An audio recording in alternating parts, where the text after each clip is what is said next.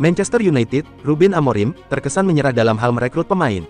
Mengingat pendirian Gyökeres, Abola melaporkan, Arsenal sekarang dianggap sebagai favorit untuk merekrut penyerang tengah Sporting itu musim panas ini. Menurut laporan dari Vicajes, The Gunners telah menyiapkan tawaran minimal 68 juta pound demi mendapatkan tanda tangan pemain asal Swedia tersebut. Arsenal diyakini menawarkan peluang lebih besar kepada Gyökeres untuk langsung menjadi bagian inti skuad. Manchester United mencuri perhatian dalam laga leg pertama semifinal Liga Eropa melawan Athletic Bilbao. Kemenangan 3-0 mereka diwarnai oleh keputusan penalti yang menuai kontroversi besar. Mantan wasit FIFA, Keith Hackett, mengaku bingung dengan lambatnya proses pengambilan keputusan. Ia juga mempertanyakan mengapa wasit utama tidak langsung memberikan penalti di lapangan. Rasmus Hojlund ditarik jatuh oleh Daniel Vivian saat hendak menerima umpan silang dari Nusair Mazraoui. Insiden itu terjadi dengan wasit berada dekat lokasi kejadian, namun ia tidak langsung meniup peluit. VAR kemudian memanggil wasit Espen Eskas untuk meninjau ulang lewat monitor. Setelah menunggu lebih dari 5 menit, akhirnya diputuskan penalti diberikan dan Vivian di kartu merah. Menurut Hackett, kejadian itu seharusnya bisa diselesaikan jauh lebih cepat. Ia menilai pelanggaran Vivian sangat jelas dan layak diberi hukuman berat. Hackett menyatakan bahwa Vivian layak mendapat kartu merah karena tidak berusaha memainkan bola. Ia menjelaskan bahwa tindakan tersebut termasuk pelanggaran DOGSO, atau menghalangi peluang mencetak gol yang jelas. Bek Manchester United, Harry Maguire, memastikan bahwa ia dan timnya siap tampil habis-habisan pada leg 2 semifinal Liga Eropa 2024/2025 meski memiliki bekal kemenangan 3-0 atas Athletic Bilbao. Masih dalam kesempatan yang sama, Maguire sadar betul bahwa dengan kemenangan 3-0 atas Bilbao, semua orang akan menaruh tekanan berlebih kepada timnya untuk lolos ke final Liga Eropa 2024/2025. Oleh karena itu, ia menekankan kepada seluruh tim untuk bisa menjaga momentum ini. Marcus Thuram menilai bahwa Lamine Yamal adalah pemain terbaik ketiga di dunia. Dua teratas diklaim striker asal Inter Milan itu berasal dari Prancis. Tidak, sama sekali tidak, kata Thuram saat ditanya apakah menurutnya Yamal adalah pemain terbaik di dunia. Pemain terbaik di dunia dari Prancis. Dan yang kedua juga Prancis. Mereka adalah Ousmane Dembele dan Kylian Mbappe. Yamal mungkin berada di urutan ketiga, sambungnya. Lamine Yamal hampir memenangkan Barcelona dengan tendangan terakhirnya, kala menghadapi Inter Milan. Sepakannya melambung lalu jatuh membentur mistar gawang. Dalam wawancara dengan CBS Sports, Yamal ditanya legenda Arsenal dan ex-pemain Barca Thierry Henry soal momen itu.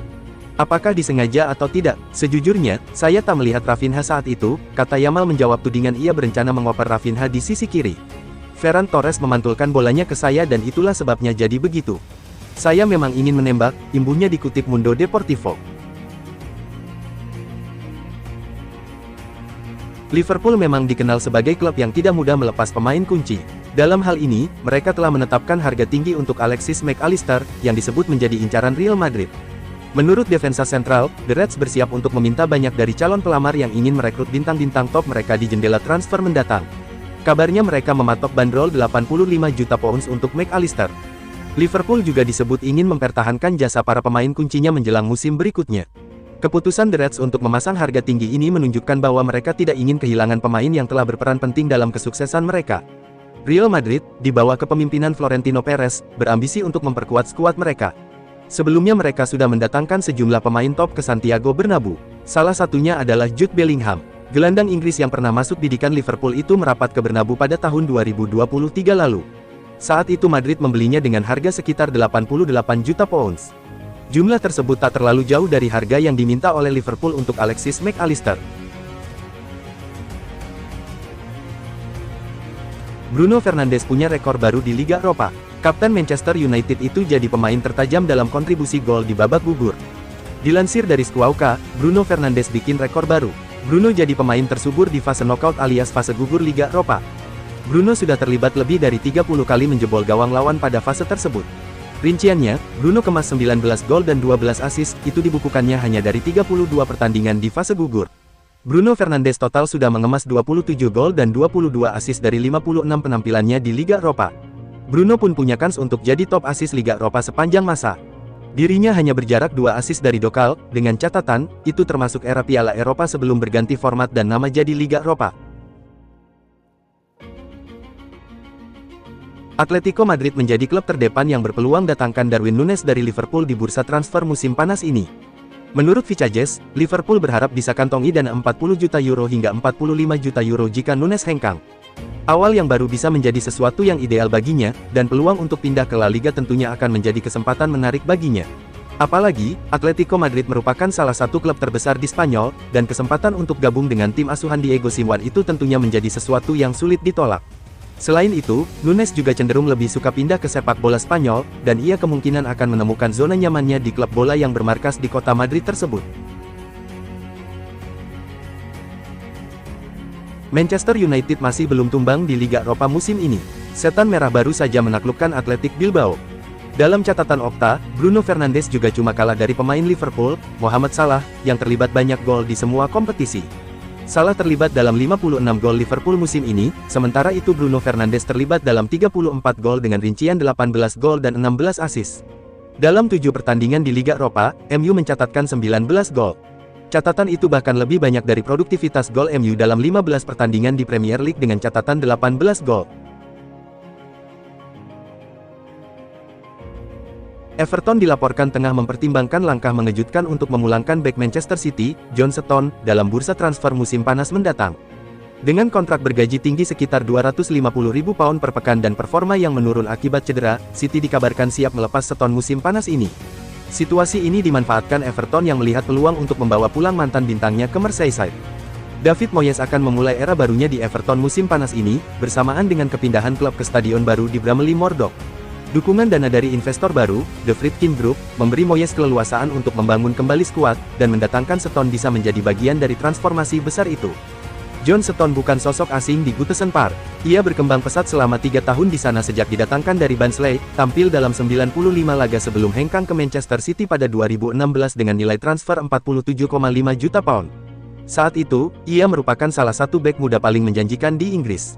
Kini, setelah 9 tahun di Etihad dan 6 gelar Premier League di genggaman, Stones bisa kembali untuk menyempurnakan lingkaran kariernya bersama klub yang membesarkannya. Timnas Qatar mempunyai pelatih baru. The Maroons memilih ex-pelatih Real Madrid, Julen Lopetegui. Situs AFC yang mengumumkan kesepakatan Federasi Sepak Bola Qatar (KFA) dengan Lopetegui. Dia menggantikan Luis Garcia. Lopetegui dikontrak dengan durasi sampai tanggal 30 Juni tahun 2027. Pertandingan Qatar dengan Iran yang akan menjadi laga pertama Lopetegui menangani Akram Afifchas. Manchester United bagai bumi dan langit di kompetisi Liga Eropa dan Liga Inggris. Di Liga Eropa hujan gol, kebalikannya kering gol di Liga Inggris. Statistik jumlah gol Manchester United di Liga Eropa subur betul. Setan merah sudah kemas 19 gol dari 7 laga. Dilansir dari Tribuna, statistik gol Manchester United di Liga Eropa berbanding terbalik dengan di Liga Inggris. Dari 15 laga terakhir, mereka cuma bikin 18 gol. Manchester United menang 3-0 atas Athletic Bilbao di leg pertama semifinal Liga Eropa. 1 gol tercipta berkat gocekan maut Haridinho alias Harry Maguire. Maguire, yang berposisi natural sebagai bek tengah, menguasai bola di sisi sayap sebelah kanan. Pemain Inggris itu membuat kejutan dengan memperlihatkan gocekan maut. Maguire menggocek Mikel Jorge-Gizar yang coba mengadangnya, sebelum melepaskan crossing ke kotak penalti. Bola bisa disundul Manuel Ugarte ke tiang jauh, sebelum disambar Casemiro masuk ke gawang Bilbao. Aksi Maguire lantas menjadi sorotan. Bek 32 tahun itu diledek bak Ronaldinho karena gocekannya. Di media sosial, Maguire bahkan dijuluki Haridinho, akronim dari Harry dan Ronaldinho. Menanggapinya, Maguire senang dengan panggilan barunya. Kemenangan Tottenham Hotspur dan Manchester United di leg pertama semifinal Liga Eropa musim ini membuka jalan terwujudnya All English Final pada tanggal 22 Mei nanti. Jika itu terjadi, maka jumlah wakil Inggris di Liga Champions musim depan akan kembali bertambah.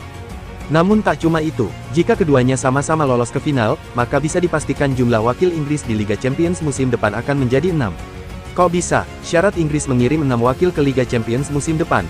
MU atau Spurs juara Liga Eropa musim ini. Syarat Inggris mengirim 7 wakil ke Liga Champions musim depan. MU atau Spurs juara Liga Eropa musim ini. Arsenal juara Liga Champions tapi finish di luar 5 besar Premier League musim ini. Liverpool dikabarkan bersiap meluncurkan tawaran senilai 51 juta pounds, sekitar 1,15 rupiah triliun, demi mendatangkan gelandang asal VfB Stuttgart, Angelo Stiller. Dalam laporan terbaru dari Vicajes, Stiller dianggap sangat cocok dengan gaya permainan Slot. Pemain berusia 24 tahun itu menjadi incaran utama untuk memperdalam sektor tengah. Liverpool dipercaya siap mengulang trik transfer seperti saat mereka merekrut Wataru Endo, yang juga dari Stuttgart, yang kini sukses menjadi bagian penting tim. Di luar rencana untuk merekrut Stiller, Michael Edwards sebagai direktur olahraga juga dirumorkan bakal memanfaatkan koneksi lamanya dengan Bournemouth. Klub tersebut saat ini sedang dilirik banyak pihak, menyusul penampilan konsisten mereka di Liga Premier musim ini. Dua nama yang mencuat adalah Dean Huijsen, yang diplot sebagai pelapis masa depan bagi Virgil van Dijk dan Ibrahima Konate, serta Milos Kerkez, bek sayap yang kini memiliki hubungan baik dengan Dominic Szoboszlai usai tampil bersama di ajang internasional. Namun, apabila ada pemain yang harus pergi karena tawaran menarik, maka klub sudah siap menyambut kenyataan tersebut, memberi sinyal bahwa Huijsen dan Kerkez mungkin bisa tersedia dengan harga yang tepat. Real Madrid tengah menyusun langkah besar untuk membangun era baru di musim 2025-26 mendatang, dan salah satu nama yang kini masuk radar mereka adalah bintang muda Bayer Leverkusen, Florian Wirtz. Salah satu pemain yang mungkin diboyong Alonso adalah Florian Wirtz, sosok kunci dalam keberhasilan Leverkusen menjuarai Bundesliga untuk pertama kalinya dalam sejarah. Wirtz mencetak 18 gol musim ini dan semakin menjadi incaran klub-klub besar Eropa.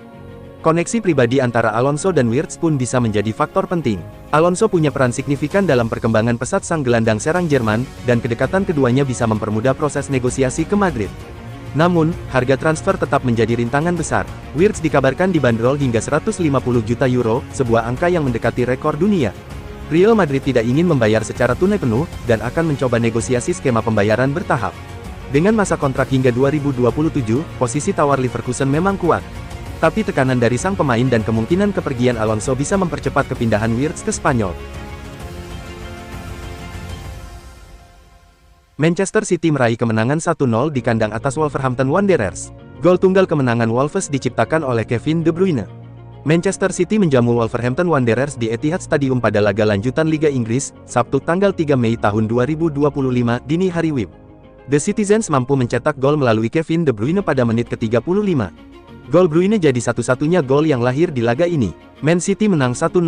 Kemenangan ini membuat pasukan Pep Guardiola berada di peringkat ketiga dengan 64 poin. Mereka tertinggal 3 angka dari Arsenal di urutan kedua. Sementara, Wolves berada di peringkat ke-13. Mereka meraih 41 poin.